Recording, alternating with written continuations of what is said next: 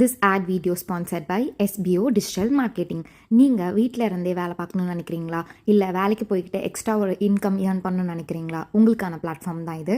இந்த part time job மூலயமா உங்களால் தினமும் எக்ஸ்ட்ரா ஏர்ன் பண்ண முடியும். ஒரு நாளைக்கு 1 hour ஒர்க் பண்ணுறது மூலயமா 8,000 to 20,000 வரைக்கும் ஏர்ன் பண்ணலாம்.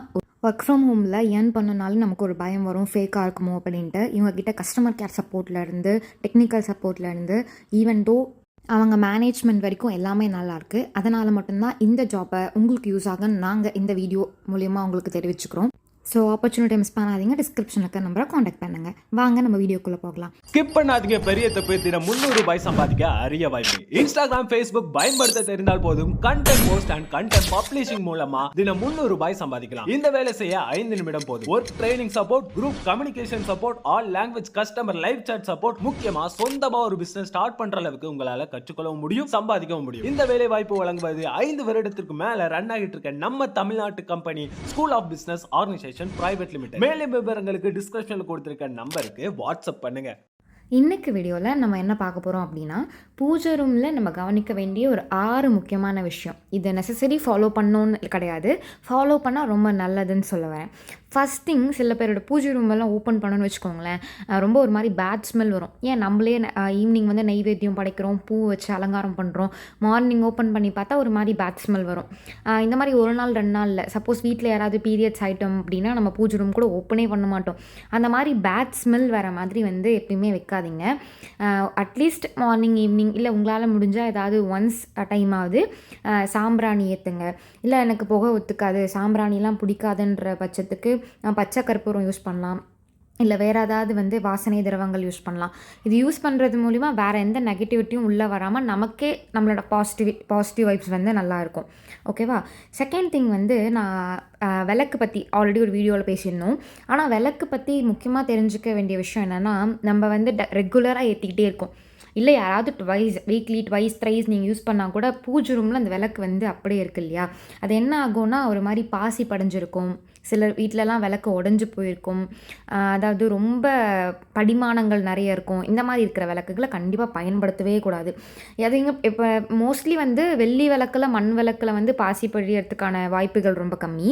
ஆனால் வந்து பித்தளை விளக்குக்கெலாம் நிறைய இருக்கும். ஸோ அதனால் அந்த மாதிரி விஷயங்களெல்லாம் தவிர்த்துருங்க. முடிஞ்ச அளவுக்கு விளக்கை வந்து ஒரு 1 வீக் ஒன்ஸாவது வந்து வாஷ் பண்ணி யூஸ் பண்ணுங்கள். இல்லை எனக்கு அந்த பிரச்சனை இல்லை அப்படின்னா அதை நீங்கள் அப்படியே விட்டுறலாம். 3வது திங் வந்து பார்த்திங்கன்னா, பூஜை அறையில் ஒற்றை சேர்க்க விடவே கூடாதுங்க. நம்ம ஆளுங்கக்கிட்ட ஒரு மூட நம்பிக்கை இருக்குது, பூஜை ரூமில் ஒற்றை வந்து அதை அடிக்கவே கூடாது. அந்த மாதிரி பூஜை அறையில் நிறைய ஒற்றை சேர்ந்துச்சு அப்படின்னா நம்மக்கிட்ட நிறைய செல்வம் வந்துகிட்டே இருக்கும், நம்மக்கிட்ட நிறைய காசு பணம் இருந்துகிட்டே இருக்கும்னுவாங்க. இது கண்டிப்பாக மூட நம்பிக்கை தான். ஏன் அப்படின்னா, நம்ம பூஜை அறையில் விளக்கு ஏற்றிக்கிட்டே இருக்கோம், அதாவது கற்பூரம் தீவார்த்தெல்லாம் காமிச்சிக்கிட்டே இருக்கோம்ல, கண்டிப்பாக ஒற்றை சேரும். அது நீங்கள் மினிமம் அது இப்போ கண்ணில் பார்க்குறீங்க அப்படிங்கன்னா ஒற்றை அடிக்கிறது நல்லது. இது செவ்வாய்க்கிழமை வெள்ளிக்கிழமை வந்து ஒற்றை அடிக்கிறத ஸ்டாப் பண்ணிடுங்க. அதுக்கு நீ எனி டைம் வந்து பூஜை ரூமை கழுவிட்டே இருக்கணும், தேய்ச்சிக்கிட்டே இருக்கணுன்றதும் கிடையவே கிடையாது. சில பேர்லாம் நிறைய பேர் மார்னிங் ஒரு தடவை வாஷ் பண்ணுவாங்க, ஈவினிங் ஒரு தடவை வாஷ் பண்ணுவாங்க. அது நம்மளோட பழங்காலத்துலேயே இருக்குது, துடைக்க தொட்டுக்கிட்டே போயிடும் அப்படின்வாங்க. அதனால் அந்த மாதிரி இருக்கவங்க அதை அவாய்ட் பண்ணிடுங்க.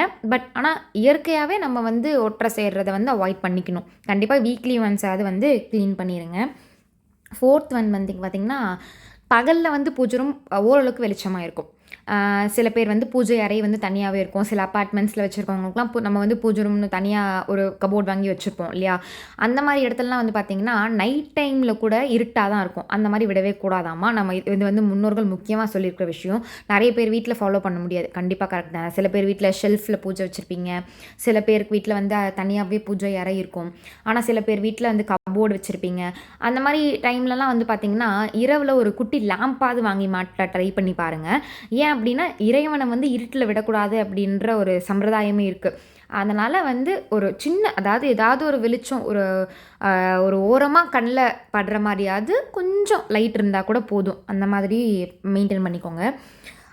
நான் ஃபஸ்ட்டு இது 5th திங் என்னென்னா, நான் ஃபஸ்ட்டு சொன்னேன்ல, இந்த பூ மாலை அதே மாதிரி யூஸ் பண்ண பொருட்களெல்லாம் பூஜை ரூமில் வச்சா அப்படியே வந்து பேட் ஸ்மெல் க்ரியேட் ஆகும் அப்படின்னா, சில பேர் என்ன பண்ணுவாங்கன்னா, அத ரிமூவ் பண்ணிருவாங்க. பண்ணி ஒரு மூட்டையா சேர்த்தோ, இல்ல ஒரு பையில வச்சோ என்ன பண்ணுவாங்கன்னா, பூஜை ரூம்குள்ளேயே வச்சுருவாங்க. என்னை விட்டுட்டு இது போக்கூடாது அப்படின்னு சில பேர் ஃபாலோ பண்ணுவாங்க. இல்ல மந்த்லி ஒன்ஸ், இல்ல வீக்லி ஒன்ஸ் தூக்கிட்டு போய் வெளிய போடக்கூடிய நபர்களும் இருக்காங்க. ஏங்க அத க்ளீன் பண்ணி வெளிய போடுறது தான் வந்துட்டு நம்மளோட பழக்கமே. அத க்ளீன் பண்ணி தூக்கிட்டு வந்து நீங்க நெகட்டிவிட்டிய திருப்பி பூஜை ரூம்குள்ளேயே வச்சீங்கன்னா, அது எப்படி என்ன என்ன பாடல் பாடுனாலும், என்ன பாராயணம் பண்ணாலும் நமக்கு அந்த குட் வைப்ஸ் வந்து உள்ள வரவே வராதே. ஸோ அத வந்து முற்றிலும் நீங்க கண்டிப்பா ஸ்டாப் பண்ணியே ஆகணும். 6த் திங் என்ன அப்டின்னா, பூஜை ரூம்ல வந்து நம்ப ஏதாவது ஒரு நாமம் நமக்கு கேட்டுக்கிட்டே இருக்கும். ஏன் அப்படி கேட்டுட்டே இருக்கணும்? என்ன அவசியம் இருக்கு? எல்லார் வீட்லயும் இப்ப அப்படிதான் ஃபாலோ பண்றாங்களா? அப்பதான் பணக்காரங்களா இருக்காங்களான்னு கேட்டா கண்டிப்பா கிடையாது. அந்த காலத்துலனா நமக்கு மல்டிபிள் மெம்பர்ஸ் இருப்பாங்க ஒரு வீட்ல. யாராவது ஒருத்தர் பூஜை பண்ணிக்கிட்டே இருப்பாங்க. யாராவது ஒருத்தர் ஏதாவது ஒரு பாட்டுக்குள்ள வந்து படிச்சுக்கிட்டே இருப்பாங்க. ஏன் தமிழ்ல கூட இப்ப எத்தன பூஜை பாட்டெல்லாம் வெளிய வந்துருச்சு. இப்ப கோவில்லே கூட பார்த்தீங்கன்னா, நம்ம ஏதாவது சிவன் கோயிலுக்குள்ள போனோம் அப்படின்னா, ஓம் நமக் சிவாய அப்படின்ற சவுண்ட் வந்து நமக்கு கேட்டுக்கிட்டே இருக்கும். ஆடியோ ப்ளே பண்ணிட்டே இருப்பாங்க.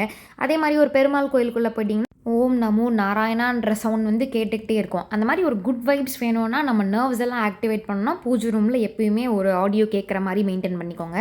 இந்த மாதிரி நல்ல தகவல்கள நீங்களும் தெரிஞ்சுக்கணும்னா, மறக்காம பேஜ சப்ஸ்கிரைப் பண்ணிட்டு பாருங்க. பாய்.